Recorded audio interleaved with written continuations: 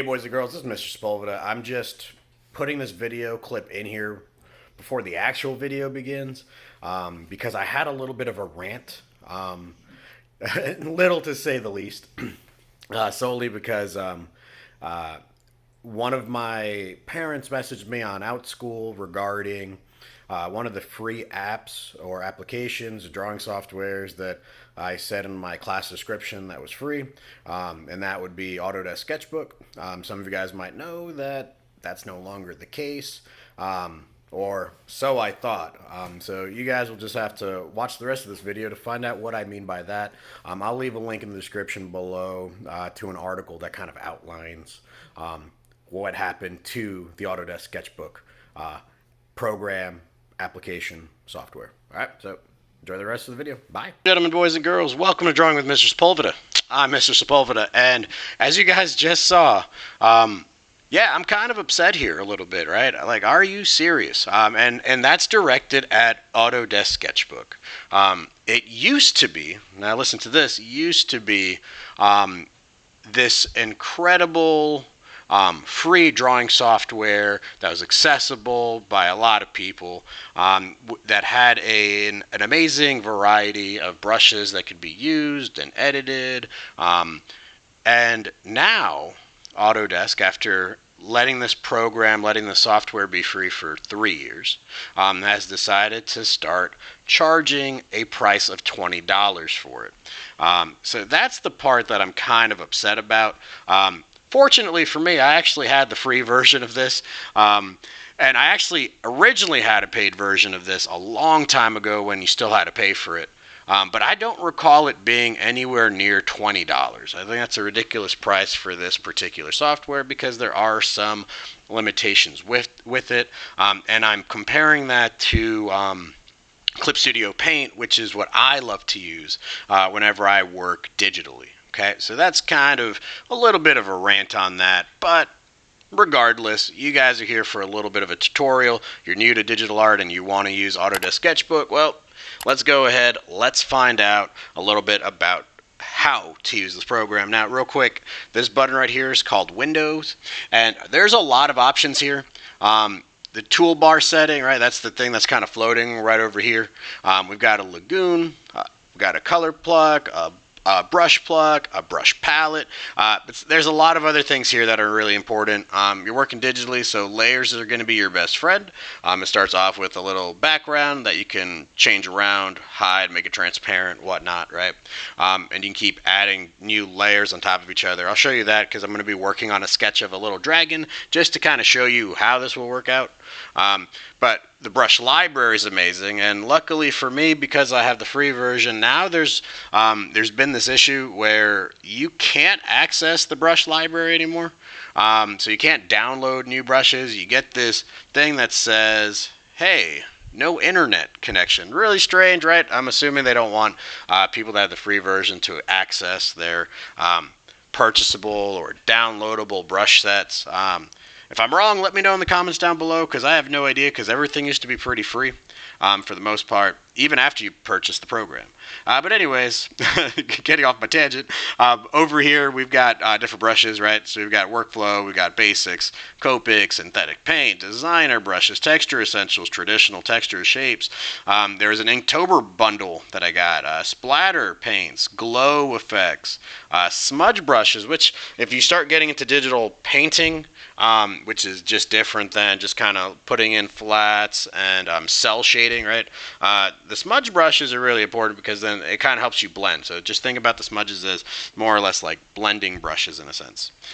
We got different artist types, pastels, colorless blenders, manga basics. So if you're trying to create a comic, manga, right? We got some weather elements, manga stamps, a colored pencil set, right? Really useful. And then, of course, we got a whole bunch of other ones that are free to download, including your traditional pencils, airbrushes, more effects, etc. Right? I created my own area that for the things that I use, and which is funny because when I opened this up, I had a lot of brushes that I don't even use on here because it's been a while since I've used this program. But I went ahead and I selected, and I even had to make one. I had to actually create a hard airbrush for some reason. Don't know why I had to, but these are the things that I'll actually be using today. There's a color editor, which is great because I can use this color picker to actually pick out a color, right? Pick out a color, let's say that. But this guy's a lot bigger, so I can see this a lot easier, so I can kind of choose my tones that way. I like to work in a blue color whenever I do a sketch, so I'll kind of show you that in a little bit. There's even a Copic library, which is pretty awesome. And this is probably one of the reasons why I really do enjoy this program, because if you use Copic markers or Copic markers, however you want to pronounce it, they've got some colors here that you can use, and that's why, and these little guys with the blues, those are Copics or Copic markers that you can use. And as you saw in the brush library, there's a section for Copic markers and different nibs and stuff, and they actually work the same way essentially, because as I layer, they get darker and whatnot. So, which is really cool. So I really do enjoy that feature about this. And then, of course, the Sketchbook Extras, which is what I was talking about, that kind of pops up. But I'm assuming if you have the paid version, it's where you get all those brushes that I downloaded beforehand. Okay. We've got other cool tools up top. You've got your zoom in and zoom out tool, right? And the way this works is you'll put your pen right at that magnifying glass, and if I scroll to the right, I zoom in. If I go to the left, I zoom out. Okay. Really simple enough. And I can pan around. So if I use the arrows on the outside, I can pan my paper around. So that's kind of useful for this particular tool. And then if I click it again, I'm off of it, and I go back to whatever brush that I've got selected. Okay. And you get to the brush library or your palette this way with this button right here. If you need to, layer button right there. You've got different shapes you can use, right? So there you go. There's a red little marker, and it looks like it uses the pencils that you use. So I'm wondering, yep. So whatever brush you're on, whatever setting you're on, it will go ahead and choose the one that you've got. I'm using this watercolored brush that I named Sketching because in Clip Studio Paint, I like to work with a kind of water brush-esque type of pencil as I'm sketching, because it's already low transparency to begin with, so it makes it easier for me. You got some polyline stuff, some squares, straight lines. Real cool trick for you to make straight lines. If you just kind of hold the shift button, it'll automatically give you a straight line horizontally and vertically. So shift button will be pretty nice if you're trying to like make some things. I was gonna say like buildings and stuff, but one of the best features on here that I like is this perspective tool. So you can make it a 1-point perspective, and no matter what, all lines will snap into this 1-point perspective no matter what, which is stinking cool. You can use a Control Z or a Command Z depending if you're working on a Mac to undo things. There's also the undo button right there. I can click on it to click off, but again, they've got 2-point, 3-point, and they've even got like this fish bubble thing or fisheye mode that you can kind of draw in as well. It's a really cool tool to use. They've got awesome French curves that you can use if you're trying to make some curves over here. But the best part is they've got other French curves, right? And you could change them, and then you can even flip them around in case you want them the other way, which you can use in a multitude of ways, right? They've got this cool little ellipse tool. So there you go, right? I can kind of draw right on it. I don't know why I drew the middle, sorry. But you can draw right around it pretty quickly, pretty nicely. I can double click these and I can get a perfect circle if that's what I was looking for, right? Just draw on the outside of that and you should be pretty good. Really good tools here. And then of course you got your ruler in case you need a straight edge. If I double click one side, it'll act the way that it needs to, right? I can click this and then double click, and then I get my straight horizontal line in case I want to work that way, right? There's a nice little steady stroke assist on here. So what it does is, and you'll see this, the higher I do, look, my pen will drag, and then it'll pull the line afterwards. So it's kind of like getting ahead of yourself, and then the line will kind of keep up if that's the way that you like to work. I personally don't use it as often. And then you also have a predictive stroke, so it'll help predict your strokes. And look, you'll see it kind of fix itself, right? Because it's like, oh, okay, you're trying to get this curve. And so it tries to get the curve in there for you, which is kind of nice. So that's predictive if you want to use that. These are really good assists. And I think At least from what I know, I don't have that Assistant Clip Studio Paint as much as I think we have a stability button, but that's about it. You also have Symmetry tools, which are great because if you're trying to draw a face, and you can get that same look on both sides. I'm experiencing a little bit of a lag here. I'm not entirely sure why. There we go. But yeah, you can get like whatever you want on both sides, and you should be good. And I will say this: when I went back to look at the reviews for Autodesk Sketchbook, a lot of people did argue about the fact that the responsiveness is now very laggy, and this is probably the second time that I've opened this up since yesterday. And so I'm now kind of seeing exactly what they mean. I'm really experiencing this lag, right? If I don't want to keep that stuff, I go to the edit. I can hit the clear button. I can get rid of it. You can do the same symmetry across the x-axis, right? Horizontally, right? You can keep them both in there.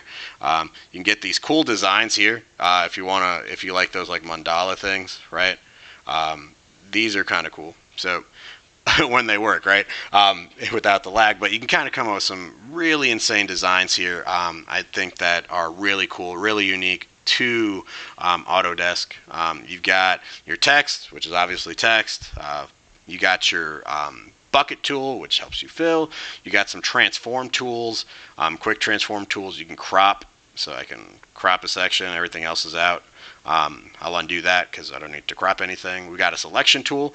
I like using the lasso tool. The lasso tool is what I use primarily whenever I'm using coloring, whenever I want to fill in an area in Clip Studio. But your preference, your way, you like the bucket, use the bucket. You like to just completely just use your pen to color in, then use your pen to color in, right? It's entirely preference based. But right now I'm going to go ahead. I figure we can go ahead and draw kind of a basic dragon. I figure this dragon would be pretty, helpful in helping you gain some steps within this. So real quick, I'm going to double click here. Oh, I'm sorry. I think on here it's called rename. So if I just hover my pencil where the layer is, I could change the name of it. So used to Clip Studio. But I'm going to call this sketch layer. And then what I'm also going to do is from the circle, I'm going to hit this plus button. Like I'm going to drag it up, like hold and drag up so I can make a new layer. And then I'm going to name this top layer my line layer. Okay, so I can sketch and then I can do some line work. And right between the sketch and the line, I'm going to put in another layer and I'm going to name it color. Okay. For all intents and purposes, just so I can kind of walk you through this, right? So here we go. So we're going to do a little bit of a sketch, and I like to use kind of a bluish color for this. I'm going to go ahead and zoom in a bit, so this way I can kind of fill in a little bit of this area, right? And I'm going to start off by sketching out what I can. Real quick, this dock right here, if I scroll right, I can make a bigger line. If I hold down and go to the left, I make smaller sized lines. If I go up and down, it changes the opacity. So I can make it darker, which is not always what you want. Here on your palette is your brush properties. And so you can kind of customize the opacity, the brush size, whenever you're working with larger or smaller pressures, like heavier pressures, right? So you kind of mess around with all of this stuff. This is the advanced settings. You can put down the amount of flow, the opacity. I don't want a lot when I do this really lightly. And then when I'm heavy, also not as much because I don't want to put too much in here because then it'll act a little bit more like a line brush, right? So these are the advanced functions or the advanced properties that you can mess around with to make it fit for you. If I leave it on basic, it's just opacity and its size, right? And again, I can change the opacity here so I don't have to change the opacity on my layers, and I'll kind of show you what that is real quick. So if I used a hard airbrush, if I go here on the side on my sketch layer, I can change the opacity of the entire layer just like that, okay? So I am giving you that as an option. However, I think if I just work this way, even if I change it a bit on the opacity side, I do like it when it's a little bit lighter from the get-go, from the start. So that's what I'm going to work with, okay? So let's go ahead. Let's draw a little quick dragon, right? We'll give it 4 legs, a tail, 2 wings, I don't know, 2 horns, right? So let's go ahead. So, and this is going to be my rough sketch. So it's not going to be like, ooh, this is beautiful, right, from the start. No, I'm just going to line in some circles over here, right? I'm going to go ahead and put a circle over here. We'll put maybe a horn over here, and I'll have them like face each other. So I'm doing a curve that way. And then I'm doing the curve opposite on the other side, right? We'll give it an eye over here, right? Maybe a nostril. We could turn that into a nostril on that side. That's fine. And then maybe give him a little bit of a smile or something. Maybe he's a happy dragon, right? We can put the underside of his mouth. We can probably continue this if we want. We'll give him like that Charizard horn type of thing, right? We'll curve this down. So now I've got this part. Let's give him a really long body. So I'll kind of do it like this, almost like a horse or something of that nature. So I kind of have a point over here, right? I'm thinking we'll curve this in a little bit, and I'm thinking he might, or I don't know if he's flying already or what, but we'll do something here. We'll curve a claw or paw over here, right? We'll do the same thing on this side. So notice I'm just using the sketch layer just to rough out everything. We'll give him like this big old leg, boom, and then maybe another one on the other side. I guess we could see that one, right? Unless, I just thought about this. Let's put in a tail. Let's curve a tail all the way over here. And then and I don't know why he'd have his tail like this, but hey, we've got a tail. And then maybe we'll have the leg on this side. Okay. And then give him some wings. Excuse me, 1 second. Woo. If you said bless you, thank you. All right, so here we go. So we got this wing going on. Boom, that's one. We'll just do a little curve, right? And we'll put one wing right behind him. I know, terrible dragon, whatever, right? But this is what we're going to go with. Just as a nice little rough intro on how to use some things, right? So now let's say there are certain things that I don't like, right? Let's say, one, I don't like where it's placed, right? So let's say I want to move this thing. Well, look, I can move the entire layer by using this movement tool. So that's a quick transform tool, but I went ahead and I used the entire layer to move. So that's my movement tool. So I can draw something and I can move it somewhere else, right? I can use this lasso tool, right, on the quick transform, so that I can go ahead and scale down my drawing, scale it up, right? Or best part is, as well, I can also rotate my dragon, right? I can rotate him however I want to, which is also very useful for us, okay? So, and other part, if I use this top square, I can stretch him out. I can squish him in, right? I can go up and down and elongate and shrink them down until I find the size that I really like. I can also use that lasso tool, let's just say primarily on the wings, right? Because maybe I just want the wings to be larger, right? And then I can use the outside part of that circle to move it. So look, now he's got some large wings to be able to make his larger body fly, right? Really cool stuff. I'm going to lower the opacity a little bit. I'm going to go to my line layer, and then this is where I'm going to try to find a lining brush or an ink brush or something. This is just my flow. You don't have to do it this way, but I do have a manga line art pen or ink pen, and I normally ink in black. I kind of like this. Might have to change the size a little bit, but we're okay. I'm going to use my magnifying glass or my zoom tool so I can zoom in, and of course Autodesk is just like other software where you can create software shortcut keys. For myself, usually I would use like a Control Plus or Control Minus to zoom in, zoom out. But I think they've already got it so that you have to use the magnifying glass. I'm not entirely sure, but if I go into the settings, I can figure it out. And you can also change up everything on this side as well. I can completely turn the UI off, and I fill in the entire canvas page for myself. which can also be really useful because you can kind of control what you see, what you don't see. I can leave it so that the title bar is off, or I've got the full UI, so I've got everything accessible, right? So it's preference, again, for what makes you feel most comfortable, right? So let's go ahead. I might throw in a time lapse in a little bit, just so I'm not repetitive with this. But we're going to go ahead, we're going to line up this dragon. So let's go ahead and line up this dragon. Give him a smile. Give him some nostrils. Color in the nostrils.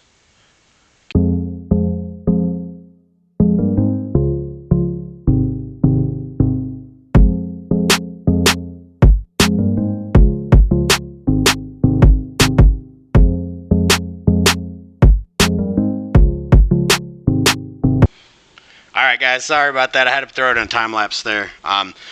And granted, this is nowhere near amazing line work or whatever. Honestly, I'm just doing this as quickly as possible so that I can kind of teach you some things, right? So when you're done having your rough sketch, right, and you put in your line work, you can shut off that under layer, that sketch layer. You can hide it by clicking on and clicking off this eyeball. Now notice, these layers are independent of each other, so whatever I do to one layer doesn't affect the other layer, which is really important, which is really great for your workflow when you're using digital art. Now, we're up to the coloring phase, okay? Now, you can choose whatever it is that you like, whatever it is that you want, whether you airbrush the whole thing, digitally paint the whole thing, bucket tool the whole thing. That part doesn't matter as much.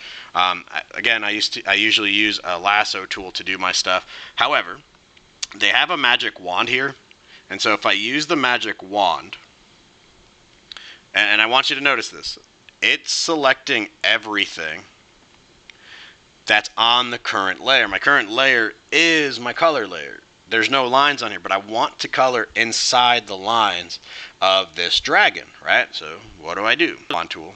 Right, if I use this magic wand right here, and I go ahead and I go to my line layer, and I click inside. And real quick, I could use this add button right here, so I can click multiple things. As long as I'm inside of, as long as my lines are closed, it'll color in everything inside the closed line area. Right now, before I use the bucket tool, I'm going to go back down to color. Then I'm going to hit that bucket tool and then hit it. And now everything that I wanted to be green, or what should have already been selected, so that I can make it green. Now, you'll notice this one didn't get changed. It's because it's not selected, right? I did not select this one. So all I got to do is go back to my line layer to hit that select button, throw that bucket tool in on the colored layer, not the line layer, and there you go, right? I've got it colored in now. And all I got to do is just kind of go back and forth here a little bit. I'm sure there's an easier way to do it.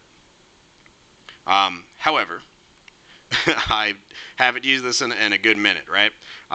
So I don't even remember how to use it, right? Which is all right. It's not too bad, okay? So I'm going to make the underbelly a little gold. So I'm just going to go back to my line layer to select all those. I use that add button. And then all I got to do is just push this down once with the bucket tool and it starts coloring things in. But let's say you just want a color, right? So let's go ahead. Let's go ahead. I'm going to give him maybe an orange eye. I think orange is kind of a cool color. So let me deselect whatever is selected, go onto my color, and I'm going to zoom in. And it probably does help if I could just use the select button to make sure that I'm not getting anything else. Well, since everything else is colored around it, bam, now my selection can kind of work on the colored layer, right? And so I'm only going to color in this part. So here I am just kind of using that Copic marker, right? I'm going to put in a little bit of yellow onto this. Okay, maybe add in some blue. And notice how they mix. And they mix really nicely because of the fact that, you know, they're acting like Copics. I could also use this blender tool to kind of blend and lighten it up a little bit, right? But let's be honest, I really want an orange color, so I might just use that bucket tool for right now, okay? And then you might notice some of those whites that are still left. When you're on that selection magic wand tool, your tolerance level, you might want to just increase it just to make sure you fill in the gaps, okay? So there's that. And I'm going to deselect real quick. But essentially, that's all there is to it for digital art. That's really all there is to it. Essentially, all you got are some of your basic tools that you just need and some time and practice with it so that you can find your flow and the best and the stuff that works best for you. Okay, guys, I appreciate you guys spending your time with me trying to learn some of the basics of Autodesk Sketchbook. Thank you for listening to me rant about the price for Autodesk Sketchbook now. But I honestly hope you guys do some amazing artwork with this program. And if you want to share it out, definitely share it out to my email address that's linked down below, because I would love to see the art that you create using this program. All right, boys and girls, I will see you all in the next video. You guys have a good one. Bye-bye.